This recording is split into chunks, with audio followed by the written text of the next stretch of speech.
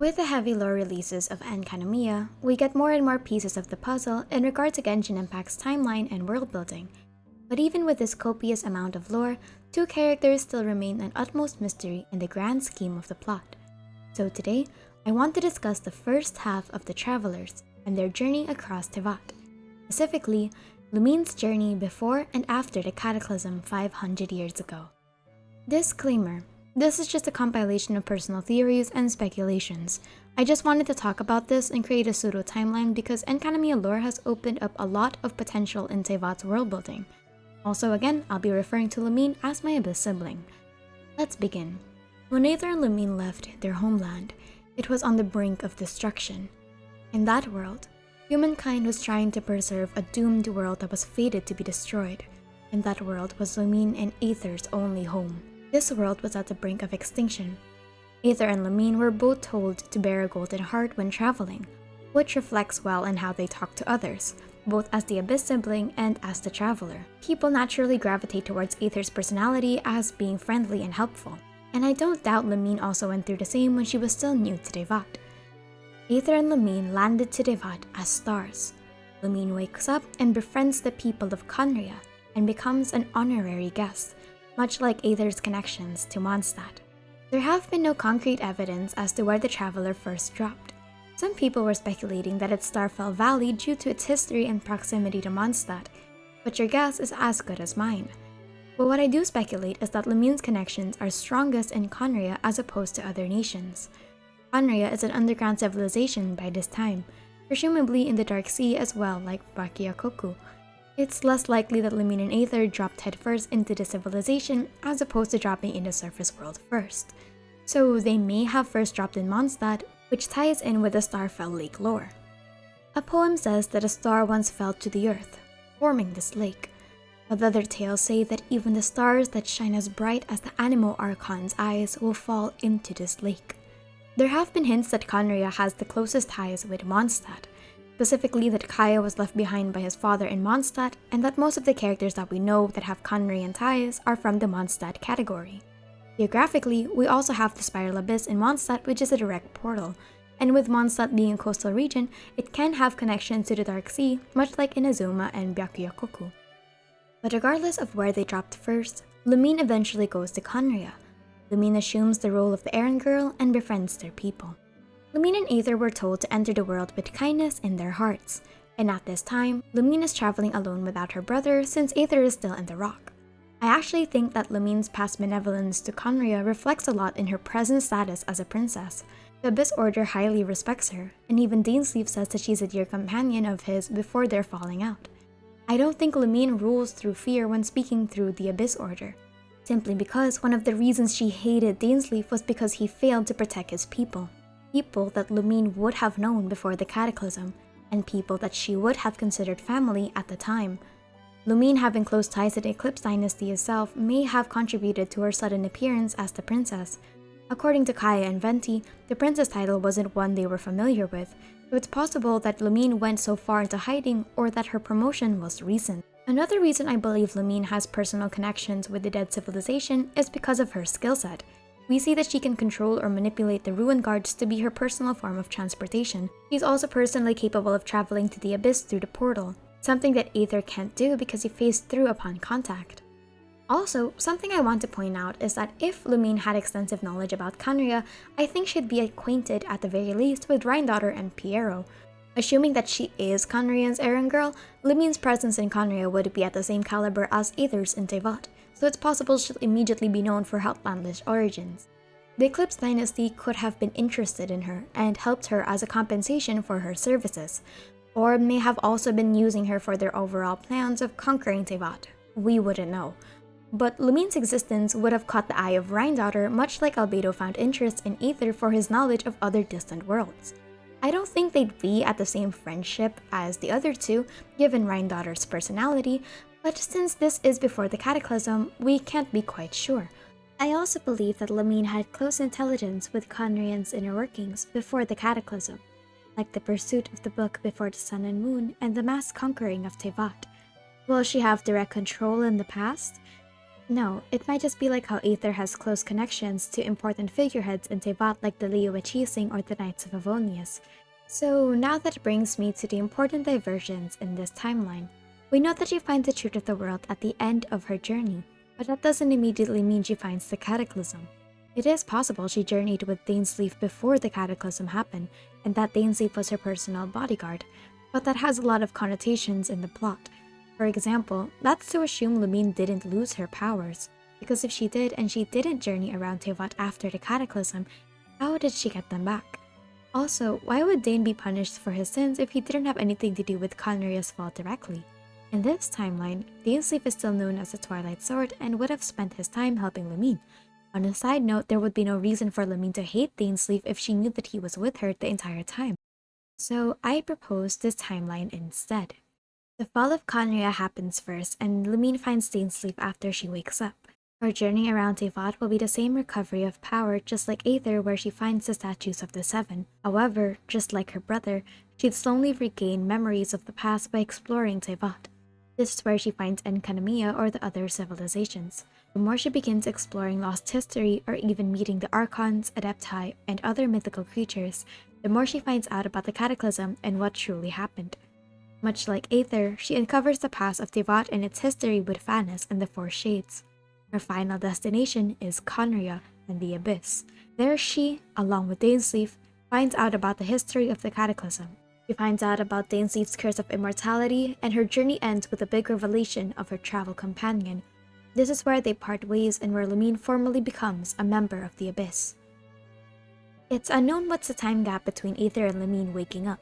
But we know that it couldn't have been very recent because most NPCs don't know about the Blonde Traveler before Aether. You'd think Lumine would stick out like a sore thumb just like that.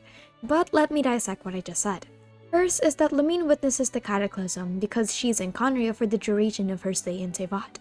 I was considering if her exploring Teyvat with Dainsleif before the Cataclysm could have important implications as opposed to her just staying in Conria to help the people out. But Dainsleif was criticized by Lumine for failing to protect the people of Conria.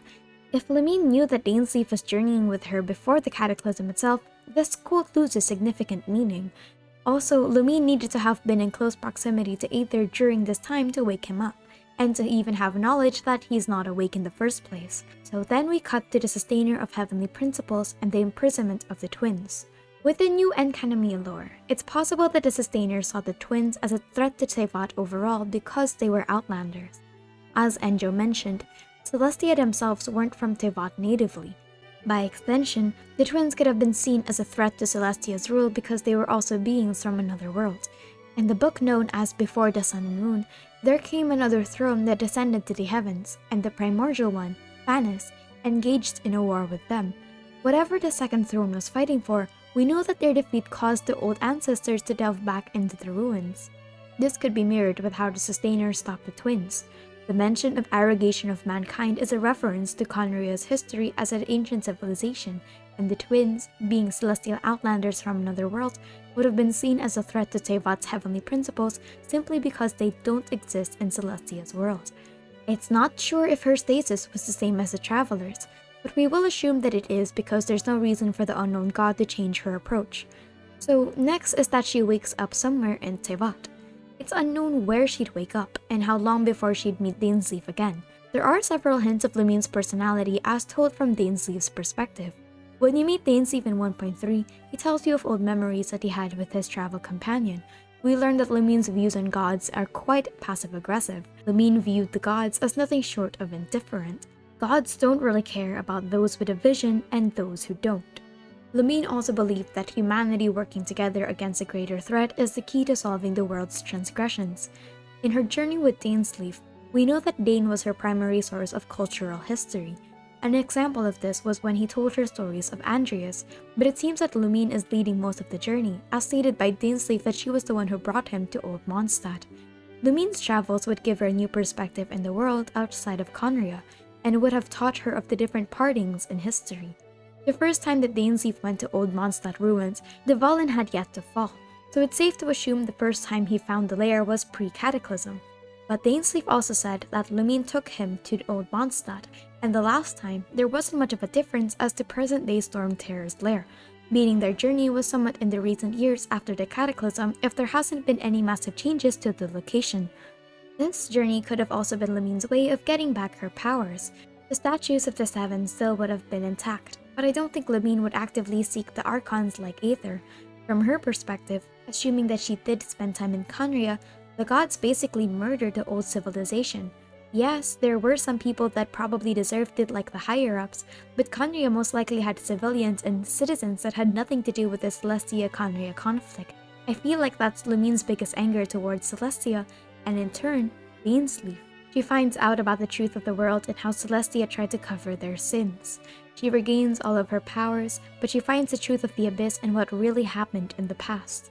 She is angered by Dainsleif's absence. Or maybe something that he actively did that caused the downfall of Khaenri'ah itself. Because I don't think Lumine would hate Dainsleif if he simply was unable to save their people. I feel like Dainsleif did something much worse than simply being absent. And whatever it was, we'll also have to find out about it. But nevertheless, the order of how she travels around Teyvat is still up to debate. Starting in Mondstadt like Aether is a possibility, but anything can really happen. And yes, I'm also implying that the Archons have somewhat seen Lumine before. I don't think it's easy to ignore someone like Lumine just because of how different she is. You're bound to hear about a person that can control the elements eventually. And even more so, a person that might know about what they did. It's also safe to assume that what the Traveler knows now, she also knows. But Lumine's knowledge of Teyvat seems to be extensive, which carries me over to her role as the Abyss Princess. I don't think she created the Abyss Order. According to Venti and Kaya, the surfacing of a princess is recent to them. Now, of course, I don't think Venti and Kaya are all that knowledgeable of the Abyss Order, but it's possible another higher entity is controlling the Abyss Order itself. Khaenri'ah was known to have had an eclipsed dynasty, and with the naming conventions of princess and prince, it's possible that there's a king or queen entirely. This is why I said that it's important that Lumine has had previous connections to the people of Khaenri'ah prior to the fall. The members of the Abyss Order regard her with respect, and if there was a higher entity that appointed her as a princess, they would have known her previous dedication to Khaenri'ah to give her an immediately high status. But that's just personal speculation. Whatever it is, Lumine's plans are to be carried out. We know several endeavors of the Abyss Order: the corruption of Dvalin, the mechanization of Asile, the highest of the Statue of the Seven, the active corruption of other divine entities, and the recovery of the book before Sun and Moon. Some of these plans are relatively recent.